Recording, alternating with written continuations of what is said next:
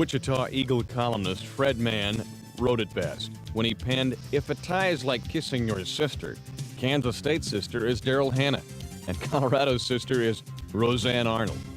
K-State overcame 2 costly turnovers and used a staunch defensive performance to forge a 16-16 tie against number 16 Colorado in the first ever game between 2 ranked teams at KSU Stadium. K-State entered the game ranked 25th in the USA Today coaches poll.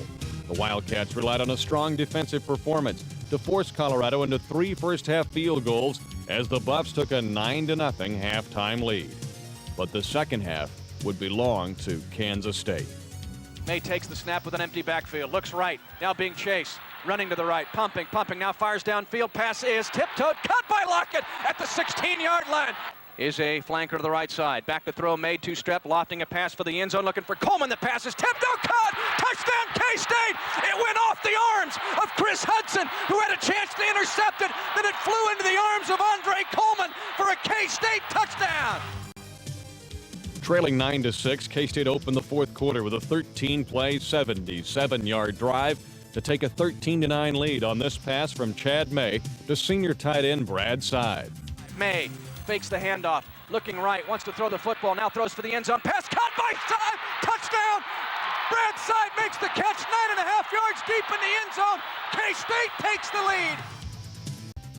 4th down, 15 for K-State. They trail 16-13, a minute 38 left to go in the game. Chad May shifting the pocket, now steps up, is going to run the football, now lofts the football, throws to Lockett, he makes a catch at the 50, he's at the 45, it's a legal pass, 40, Lockett's at the 35, 30, and goes out of bounds at the 25-yard line and stops the clock with a minute 26 left to go in the ball game.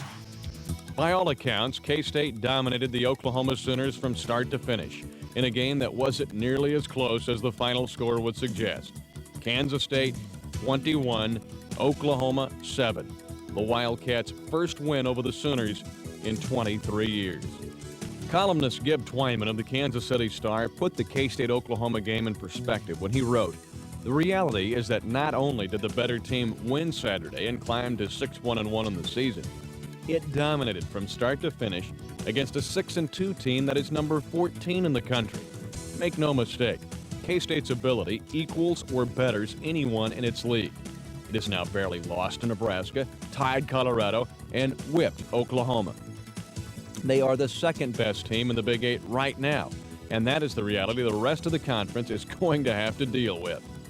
K-State led 7-0 at halftime, but began to see the light at the end of the tunnel when Chad May found a leaping Kevin Lockett with his third-quarter touchdown pass.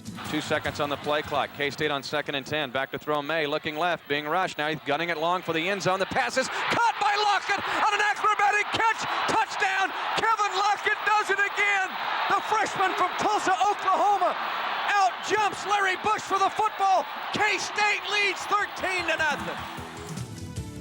For Kansas State, it was a big-time victory. And for the Cats, they were out of the wilderness and headed to the promised land. Back to throw is Gundy, off play action, sets up, looks right, throws near side, the pass is broken up by Chuck Martle. This ball game's over. This ball game's over, and you listen to me closely.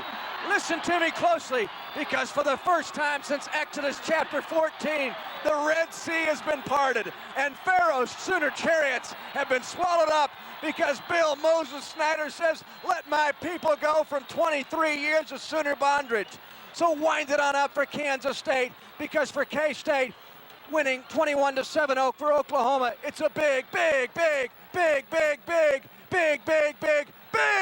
Kansas State victory over Oklahoma. 21-7 our postgame.